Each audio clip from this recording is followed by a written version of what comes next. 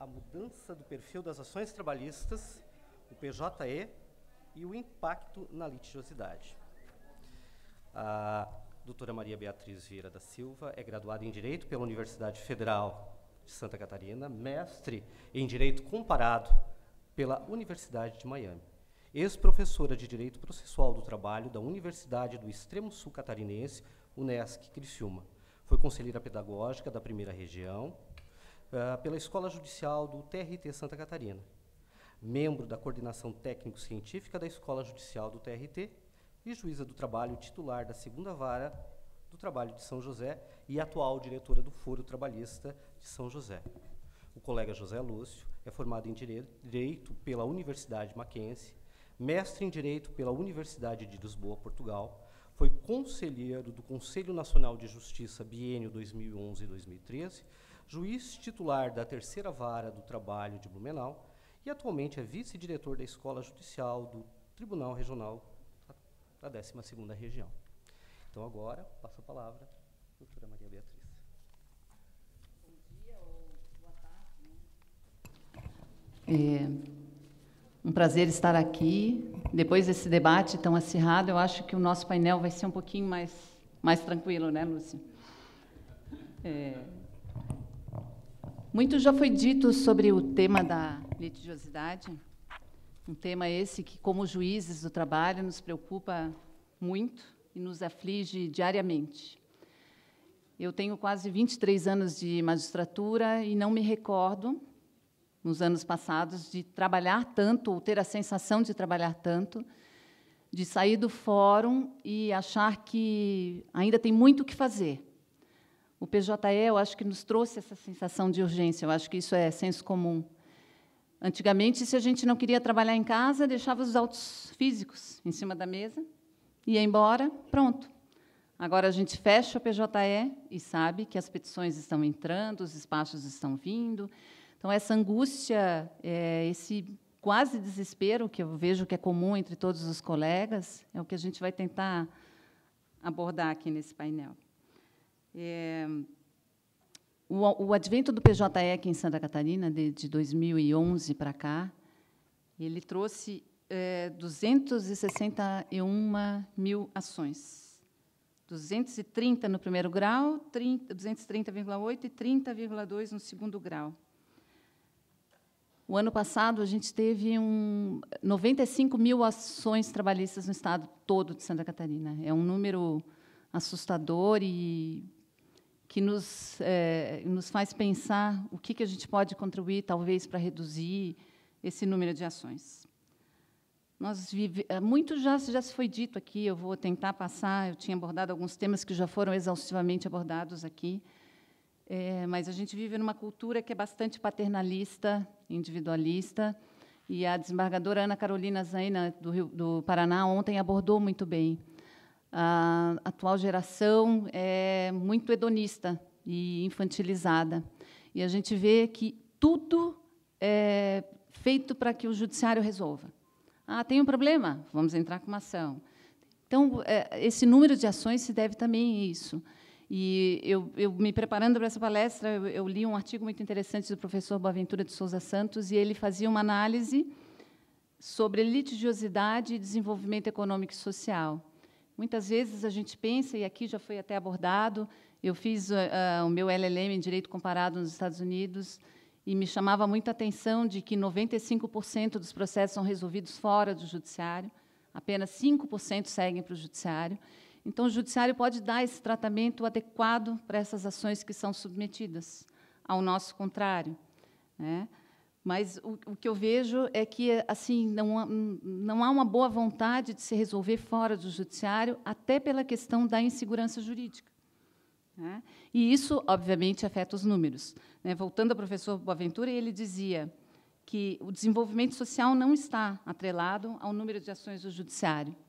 Isso ele está muito mais atrelado à cultura jurídica e à cultura política do local. E nisso eu tenho que concordar. No Brasil, nós temos essa cultura de litigiosidade. Temos Mas há uma falsa percepção de que o brasileiro gosta de litigar. O brasileiro gosta de litigar, resolver, enfim, gosta. Nós temos um número extraordinário de processos, muito maior do que aquele de outros países. É uma coisa absurda. Mas, quando a gente chega nos números, a gente verifica quem é o nosso maior litigante, tanto no polo ativo quanto no polo passivo. O Dr. José Guilherme, né, no CNJ, foi colega do Lúcio no CNJ, ontem bem pontuou. 51% das ações tem no polo ativo, no polo passivo, a União, os estados, os municípios, as autarquias. 30 e tantos por cento são as operadoras os bancos, o restante telefonia. O cidadão comum, eu me dei o trabalho de entrar no relatório de Justiça em Números, é 5% das ações. Então, a gente vê que não é bem assim, né? Há uma falsa percepção a respeito disso. O Brasil, é fato que, depois da promulgação da Constituição, da edição do CDC, que empoderou, né, os consumidores, a Emenda Constitucional 45, sempre que há uma transformação legislativa, a gente sabe que tem um aumento significativo no número de ações. E a gente nota, por nós mesmos, ontem, nos gráficos, que eu não sei se foi a Fernanda, alguém trouxe, foi visto que, depois de 2004, depois da Emenda Constitucional 45, a gente teve um aumento descomunal de ações, e quem está na magistratura já há bastante tempo pôde sentir isso na prática. E também em função da banalização dos pedidos, né? E aqui eu entro já um pouco nas causas, né? A gente que é juiz já há algum tempo nota que, antigamente, os processos eram mais simples, os pedidos eram menos complexos, a gente não tinha pedidos de A a Z, e não só Z, Z1, Z2, Z3, né? Porque há advogados bem criativos que continuam o alfabeto. E, dentre todos os pedidos, o dano moral... eu escrevi um artigo falando de danos morais e batatas fritas, ontem o Ricardo ainda mencionou. Dano moral, hoje, é batata frita. Ele é inserido no contexto de uma reclamatória trabalhista para facilitar um acordo, para que a empresa possa jogar como fins indenizatórios e para não ter incidência fiscal. Então, ontem, alguém meio que falou aqui e disse assim, hoje em dia é mais ou menos assim, o empregado finge que trabalha, o patrão finge que paga, né, e eu completo, o juiz finge que julga ou que concilia, porque a gente pega ações fictícias e tem que dar conta daquela ação. E essa é a nossa realidade diária, né? Então, o que eu vejo a gente tem que...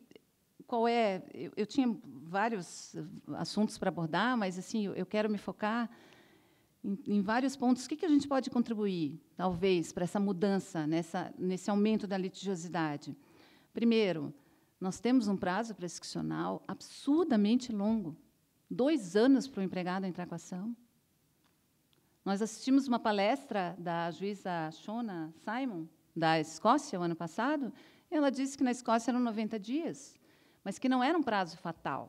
Era um prazo se o trabalhador provar que estava impossibilitado, estava hospitalizado, enfim, esse prazo pode ser acessível. 2 anos, e aí a gente pega uma reclamatória trabalhista, em que o trabalhador alega um assédio moral, e ele entra com essa ação 1 dia antes de completar esses 2 anos... Não pode. A gente tem que ter um bom senso, uma razoabilidade no pedir. Voltando ainda à Escócia, ela mencionou que, na Escócia, entrar com uma ação trabalhista, ela é presidente dos tribunais do trabalho, né, Lúcio, lá, né? Tem um formulário próprio, aquele formulário para entrar. Será que não é o caso da gente também pensar, talvez, em adotar algo na área trabalhista? Porque, se deixar, a gente vai estar analisando petições de 60, 70, 80 laudas. Ou a gente não tem que ter um rigor nessa apreciação mais excessivo, e aqui eu faço meia-culpa. Muitas vezes a gente vê que é má-fé, a gente julga, tenta um acordo, julga, e aí, quando vai fazer a sentença, porque é má-fé caracterizada, tem que ser muito bem fundamentada. Muitas vezes, para cumprir metas ou para bater tantas sentenças e tantas outras esperando, será que a gente não deixa passar e a gente não acaba agravando essa litigiosidade também, em função disso? A gratuidade, muito já foi dito aqui, a gratuidade, obviamente, é causa também desse aumento de litigiosidade. né? Hoje, o que a gente vê? Eu vou pedir vou fazer tantos pedidos para ver o que dá. Alguma coisa eu hei de levar. E a gente sabe que acaba levando mesmo. Agora, nós temos um novo CPC, houve uma provocação do Dr. Carlos Curtis, mas eu acho que vale a reflexão, a gente refletir sobre a questão da assistência judiciária, essa assistência judiciária indiscriminada que a gente acaba dando. Isso também estimula a litigiosidade. Eu acho assim, a partir do momento que primeiro grau e segundo caminharem juntos, porque não adianta o primeiro grau dar, o segundo grau tirar, ou vice-versa, né? Tem que haver um movimento conjunto do judiciário para que a gente possa também fazer a nossa parte nesse sentido. Não dá para lavar as mãos. A verdade é essa, não dá. Nós temos a nossa porção de culpa, né? E, assim, eu me recordo, e eu tenho tentado fazer algumas anotações com relação a processos abusivos que têm entrado, e, assim, são coisas que me deixam, muitas vezes, estarrecida, de estar julgando um processo de uma farmacêutica, 45 dias de trabalho, pedindo rescisão indireta por descumprimento de obrigações contratuais em 45 dias, que o salário não estava sendo pago em dia. Salário? Que salário? Se ela teve um salário e meio. E aí, quando eu liquidei esse processo, ela tinha direito, sim, às diferenças do piso, que não estavam sendo cumpridos. Deu R$ 132. Honorários, 15%. R$ 19. Esse era o custo, não paga o custo do processo, não paga o custo do juiz que está ali, dos advogados, dos servidores. Então, assim, bom senso e razoabilidade, infelizmente, hoje os advogados não estão atentando para isso. E, assim, casos vários, né? A gente eu comentava com o Franquinho, ele me disse que lá em Videira também já teve essa tese. Um advogado que veio de fora, pedindo danos morais, porque não tem banheiro para os garis na rua. Como assim? A empresa não disponibiliza banheiros? Atividade externa. Então, a gente fica preocupado com os rumos, né? E eu penso assim, eu me lembro de um caso particularmente. Eu estou tentando trazer esse viés mais prático, porque eu acho que, para nós, juízes, a plateia é eminentemente, praticamente, de juízes, para que a gente faça essa reflexão em conjunto. Me lembro de um caso de uma empresa de vigilância, que a moça entrou pedindo danos morais, alegando restrição ao uso do banheiro. Perguntei, e aí ele dizia que ela não podia fazer o número 2, né, no banheiro. Então, é a situação bem boa, assim, da gente instruir, né, e perguntar. Assim, a senhora poderia defecar no banheiro, né, porque tu tem que ser. E aí, o que ficou comprovado? Tinha um banheiro embaixo e tinha um banheiro no primeiro andar, onde a moça trabalhava. Nesse primeiro andar, ficava a diretoria, assessoria jurídica, ali eles recebiam os clientes. Então, o que a empresa orientava? Usem o banheiro do primeiro andar para fazer xixi, né? Fazer o número 1. E desçam para fazer o número 2. Essa história não cheira bem, né? Não. E aí eu fiquei pensando, puxa, estudei tanto, né? Me tornei juíza, com tanto orgulho, para instruir um processo desse nível. E aí o que ficou comprovado? Que não era, que restrição ao uso de banheiro? Bom senso. Pura e simplesmente bom senso. E aí teve um colunista que colocou: juíza julga caso nausebundo. Foi nausebundo mesmo. E aí os comentários eram assim: queria ver se fosse na casa dela, queria ver se fosse na juíza, porque, claro, né, a gente dando razão para a empregada, né? Então, assim, a gente vê diariamente casos e mais casos.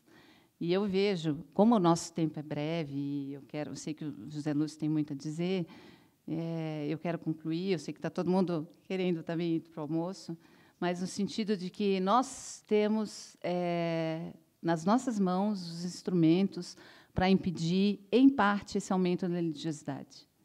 Não é possível que um estado como Santa Catarina, com tantas indústrias, com um nível dos empregados das empresas tão bom, tenha um passivo de 95 mil ações, e que a gente tenha julgado 96%, 97%, e esse estoque só está aumentando. De uma coisa a gente pode concluir, de tudo que foi dito até agora: o nosso método não está adequado. Vamos, talvez, investir mais nos meios de alternativas de solução de conflitos, e, no nosso caso, na conciliação. Eu falo por mim, eu sou juíza há quase 23 anos, e eu era muito juíza sentenciante. Gostava de dar sentença. Quando eu ingressei como substituta, eu achava uma coisa muito menor, a conciliação. Aprendi estudando, aprendi, claro, que a experiência ajuda, mas, acima de tudo, a gente tem que saber ouvir. E eu acho que está faltando para nós todos essa alteridade, essa capacidade de se colocar no lugar do outro, ouvir, saber que estamos todos no mesmo barco, advogados, partes, a ninguém interessa essa litigiosidade excessiva. Mas, por outro lado, cabe ao juiz, sim, como condutor do processo, como diretor do processo, aplicar as penas por litigância de má-fé, ser firmes na condução do processo, identificar os pedidos abusivos, que não, e, assim, eu exemplifiquei do lado de trabalhador, mas também tem defesas de empresas que chocam. Meu marido é advogado, teve uma ação que o trabalhador morreu, e a reclamada era uma empresa grande, dessas grandes litigantes nossas, do ramo de lá, em Blumenau, e a empresa, simplesmente, no copia e cola, disse que foi um mero de sabor, que mero de sabor não é dano indenizável. Morte. O trabalhador tinha morrido. Então, temos muito. A estrada é longa, o caminho é longo, e, com a terceirização ampla e restrita, a gente sabe que o caminho não será fácil. Nós vamos ter uma enxurrada de ações, como a gente já está tendo, mas cabe a nós, como comandantes desses processos, alinhados com o segundo grau, porque eu acho interessante esse módulo. Esse ano, parabenizo a Maria Helena aqui e o Lúcio pela escolha do tema. Foi uma sugestão minha também, da gente discutir a litigiosidade, até para discutir o que o primeiro grau está fazendo e o que o segundo grau está fazendo, porque a percepção nossa, como juízes do piso, ontem ainda alguém falou juízes de piso, de primeiro grau, é de que a gente dá a litigância de má-fé e o segundo grau tira. Né? Eu já ouvi de um colega desembargador, ele me disse: mas vocês têm que fundamentar, fundamentem, justifiquem, façamos isso. Mas que a gente também tem um alinhamento de posições, porque, à medida que o judiciário se impor, né, no sentido de que a gente tem, por princípio, a boa-fé, a lealdade processual, e que, tanto do lado do empregado quanto do lado do empregador, porque não tem mais essa história de empregado coitadinho, nem empresa bandida. A Mari tem razão nesse sentido. Não existe mais. Mas a gente tem que diferenciar o joio do trigo. E cabe a nós fazer essa análise mais racional, aplicando a litigância de má-fé quando devida e fazendo o devido balizamento. Eu também concordo. Razoabilidade, bom senso e rigor na análise dos processos, cuidando para que não haja uma banalização, inclusive da Justiça do Trabalho, do papel da Justiça do Trabalho. A gente ouve de advogados, né? A gente não gosta de ouvir críticas, né? Obviamente que a gente não gosta, mas a gente tem que servir para reflexão, a gente tem que descer um pouquinho do salto, sair do gabinete, e isso é verdade. O juiz tem que ter uma postura mais proativa, seja na conciliação, seja no estreitamento de laços com as empresas, com a academia, com as universidades, com os sindicatos, de forma a esclarecer e debater o tema, porque esse é um tema que aflige toda a sociedade brasileira. E porque eu já tenho uma plaquinha de tempo esgotado aqui, eu agradeço, e agradeço a atenção, passo a palavra para o Lúcio. Obrigada.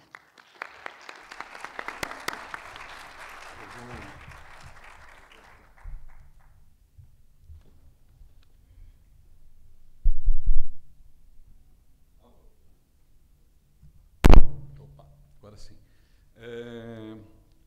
Mais uma vez, boa tarde a todos. Né? Obrigado aí pela atenção. Eu tentei escapar do painel, mas a minha diretora não me deixou fazê-lo. Então, eu não queria aqui tirar a oportunidade da Bia de explorar mais o tema, mas a gente optou por fazer uma divisão e estamos aqui, é com muita alegria que estou dividindo o painel com a Maria Beatriz. Eu quero...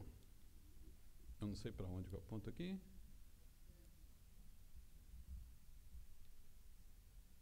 Opa. Deixa eu ver, voltou. A mudança dos perfis, do perfil nas ações trabalhistas.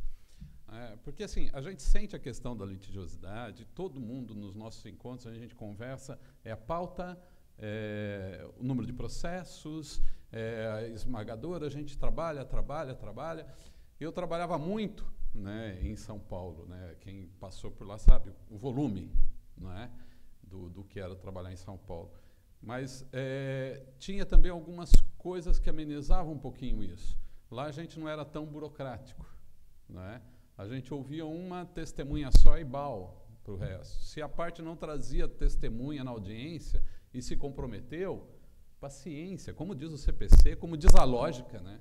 A gente não tem que ficar tentando construir para as partes sempre aí a possibilidade de trazer testemunha a hora que quer. Aí acontecia, logo que eu vim para cá, até sugerimos para o Gilmar aqui, que era corregedor na época, a adoção de um provimento que foi acolhido, foi adotado, no sentido de permitir que as partes, se comprometendo ou retirando, né, a intimação na vara, pudesse, não trazendo a testemunha, tomar a preclusão natural disso, como é no CPC agora previsto. E o TST tem isso unânime. Todos os ministros do TST acolhem. Se teve a oportunidade de retirar, se teve a oportunidade de intimar, não fez, dançou, porque senão teria anulado todos os processos de São Paulo, né, que é a maior, né? E lá tem um provimento de 91 dizendo isso, né? Então, assim, algumas coisas eu acho que a gente faz também. A gente transforma as coisas. Eu vi ontem numa exposição aqui, dizendo, depois na nossa Assembleia, dizendo a gente tem que assumir poder, então a gente não pode abrir mão de poder, então a gente tem que acabar os acordos passando pela gente sempre. Mas por que a gente tem que assumir esse poder? Por que a gente tem que ocupar isso? Para a sociedade é bom? Isso é ruim? Ou é bom para a gente exercer esse poder? Mas, enfim, além de tudo isso, a gente sente também que as ações mudaram, os processos mudaram. Como eu estava dizendo, eu trabalhei em São Paulo e eu estou achando que eu estou trabalhando mais aqui hoje. Né? Nos últimos anos, eu sinto que eu estou cansado. Eu não sei se estou ficando velho também, né? Pode ser isso. Mas eu estou cansado.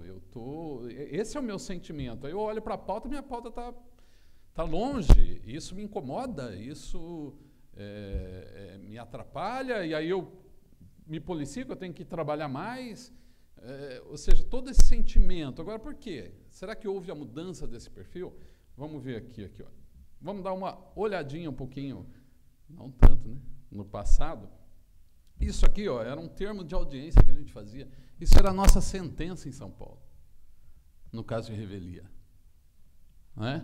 Olha lá, ó, compareceu o reclamante, ausente a reclamada, né? Sentença. Reclamação de fulano, pede, era um resuminho aqui, a reclamada é revel, confessa, prejudicada a conciliação, decidimos. A inicial, isto posto, a terceira, 30ª de São Paulo, unanimidade, julga a reclamação procedente, consequente fica reclamada, condenada no pedido tal. Anteamora, correção na forma da lei, custa, pá.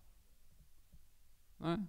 Essa era a decisão que a gente dava lá antes, né? Até na época da JCJ. Mas era justicinha. Aí a gente se convence que a gente não é justicinha. Então vamos complicar a justicinha, não é? Para que a gente fique uma justiçona. Né? Aí agora a gente vai ser uma justiçona. Né? Opa, está indo para trás esse negócio. Aí. Né? Essa era eu achei uma decisão minha de 2000. Né? Lá, porque o computador mudou tudo, era WordStar antes, meus arquivos antigos. Eu procurei, achei um. Essa era uma decisão minha de 2000. Ali, ó, vocês notarem ali, ó, devidas pela violação, cláusula indicada no tópico anterior, lei tal qual defiro qual tal o requerido na inicial. Hoje a gente tem que trazer toda a fundamentação do pedido, da defesa, da justificativa, definir, da natureza jurídica da parcela, indicar tudo. A gente foi complicando o processo, não é? E isso, lógico, né? Paulatino. E a gente tinha isso aqui, né? Eu destaquei só em vermelho, né? O que deve ser a petição inicial? Uma breve exposição dos fatos que resulte o dissídio. Não é? Era isso. É isso. É o que está na lei. O que a gente tem aqui, ó, essa petição de 45 laudas. Tá? Agora, e não é isolado, não é isolado. Né, ó, aqui está no Y. Está no Y. Continua. Olha lá, ó. Z, G, G, G, G, I. I aqui, ó. I, dedução dos valores. E tem ainda mais os pedidos de citação, de não sei o quê, de não sei o quê, de não sei o quê, que eles colocam. No II, essa aqui, ó, 45 laudas. 45 laudas. Como que você vai ler um troço desse para você? É um livro. É um livro. E essa é de 45, eu tenho de 75, com defesa de 100 e tantas páginas. Né? Ou seja, não é só o número de processos que está aumentando. Está se tornando muito mais complicado para a gente. Né? Aqui é uma outra. Essa tem 70 laudas. Né? Olha lá, L, para quem não sabe L, o que é nos romanos, é 50. Eu não coloquei todos para não cansar vocês, ó, mas está aqui, ó, nos 55 pedidos. Né? 55 pedidos. Né? E requer ainda. Não, continua. Né? Então, a gente fala assim, como você vai instruir um troço desse? Como você vai ler 70 pautas na audiência de instrução, que você tem 40 minutos para cada audiência? E mais, né? A gente vai acompanhar um pouquinho aqui. Né? Ó, olha aqui, ó, o que tem, ó o pedido que estão entrando agora. Ó, S. Pedimos, requer a manifestação expressa desse juízo em relação a todos os dispositivos legais e súmulas citadas expressamente nos pedidos dessa extrajudicial, enfrentando-se as respectivas aplicações em respeito à garantia constitucional da parte, que é o CPC, que o nosso Reinaldo sempre gosta bastante aqui. Né? Então, a gente, além de ler as 70 páginas, a gente tem que rebater argumentando cada citação doutrinária jurisprudencial. Né? Então, assim, isso acarreta o que na gente? Né?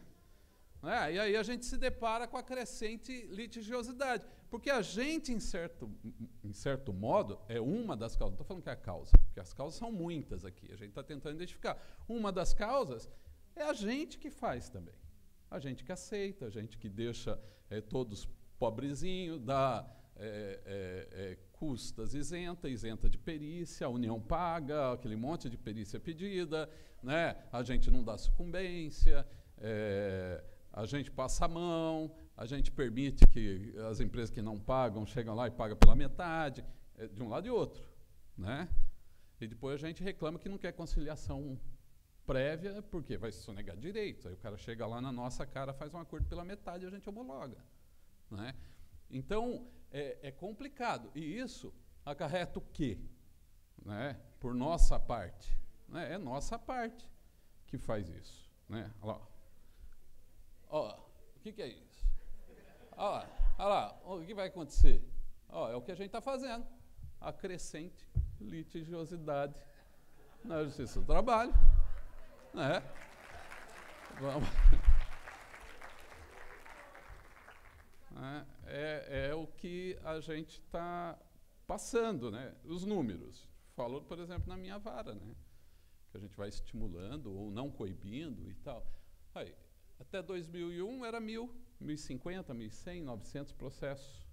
2011, 11, né? O ano passado, 2022. Né? com esse aumento de complexidade. Né? Os assuntos aqui, ó, a gente tem... lamentavelmente, a gente não tem números aqui no tribunal. É 2013, ó, 3 anos, tá? 3 anos. 2013 a 2016, tá? Acidente de trabalho era 4.000, hoje está em 6.000. Acúmulo de função quase inexistente. 3 anos, não estou falando de 5, 10, 15, porque aqui seria 0, né? Aí vem para 2.400, 1.000 e pouco vem para 2, mas aqui está dividido aqui e aqui, ó. Então aqui dá 1.700 e aqui dá 3.600, ó. Esses dois juntos. Tá, de 3.000 assédio moral vem para 3 anos. Não estou falando de 10 anos, né? Então, esses pedidinhos aqui, ó, em 3 anos, subiram 36%. O que significa esses pedidinhos aqui em 36% de aumento nos pedidos? Significa instrução, gente. Sabe aquela audiência que você encerrava porque estava no cartão de ponto? Já estou terminando. Sabe aquela audiência que você encerrava porque estava no cartão de ponto? As horas extras? Ou você ia fazer uma audiência de instrução de 5 minutos, só para ver se batia, qual era o horário e tal, né? Hoje não, você vai fazer acúmulo de função. Se a caixa, ela só cobrava a caixa, ela colocava os equipamentos do supermercado dentro da sacolinha, porque daí ela é empacotadora.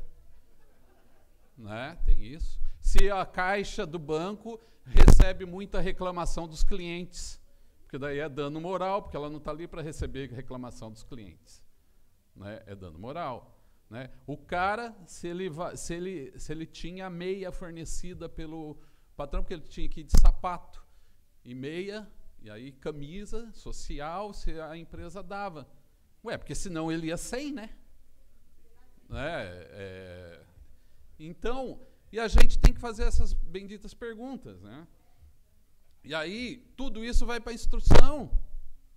Eu tinha umas pautas lá que eu fazia 10, 12 iniciais, eu sou bastante rigoroso na inicial, ficava 4, 3 instruções. Antes de ontem eu fiz uma pauta de 12, ficou 10 para a instrução. E aí a pauta vai para onde? A minha está em março de 18. Né? Então, é horrível se o cara chegar ali para você falar a próxima audiência em março de 18. Né? E aí, ó, aqui, ó, antes de ontem, eu estava aqui correndo para preparar, aqui junto com a doutora Mari e tal, liguei para ela. Eu saí da audiência às 19 e pouco, porque a audiência acabou às 18h58. 1h56 de audiência. Só para a altiva dos dois. Que era um negócio de banco. O sujeito quer saber tudo. Né? Aí duas agências, aí quer saber o que fazia numa, o que fazia na outra, quem era o chefe numa, quem era o chefe na outra, qual era o cargo, se ele podia demitir ou não, se ele podia contratar ou não, se o carro era usado, se ele transportava dinheiro, se não sei o quê, se não sei o quê, se não sei o quê, se não sei o quê, aquela coisa irritante que o cara não olha nem a listinha dele para ver o que está documentado ou não, aí você vai indeferindo, aí você fica bravo, aí chega num ponto que você desiste, porque você vai constando, já vem preparado, porque já vieram 2 advogados agora, porque sabe que eu sou um pouco mais rigoroso nisso, já vieram com 2 no reclamante, para metade fazia pergunta, outra metade, aí um impugnava para eles não cansarem tanto a imagem comigo, então eles ficavam se dividindo nas impugnações. Né? Então, uma hora que eu desisti, então tá, vamos brincar de audiência. Vamos brincar de audiência, né? Porque estava cansando mais em deferir.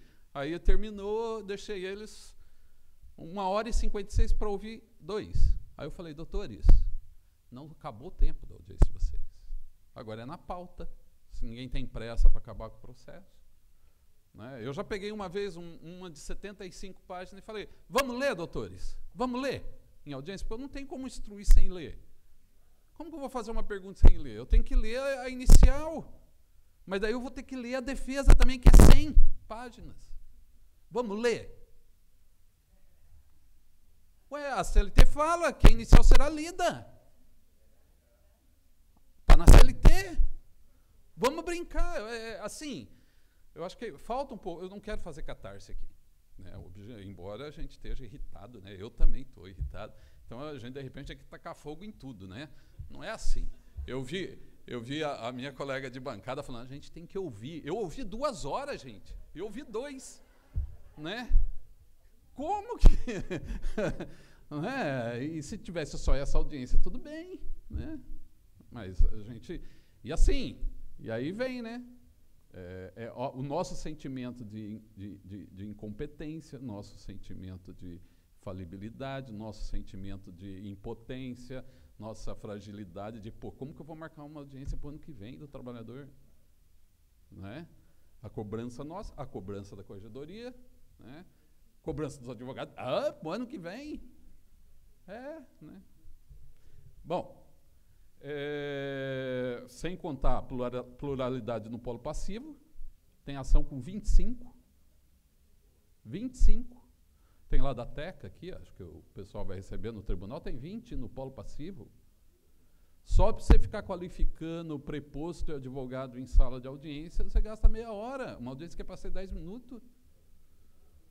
E aí você dispensa, o cara pula dessa altura, que ele quer todo mundo no polo passivo.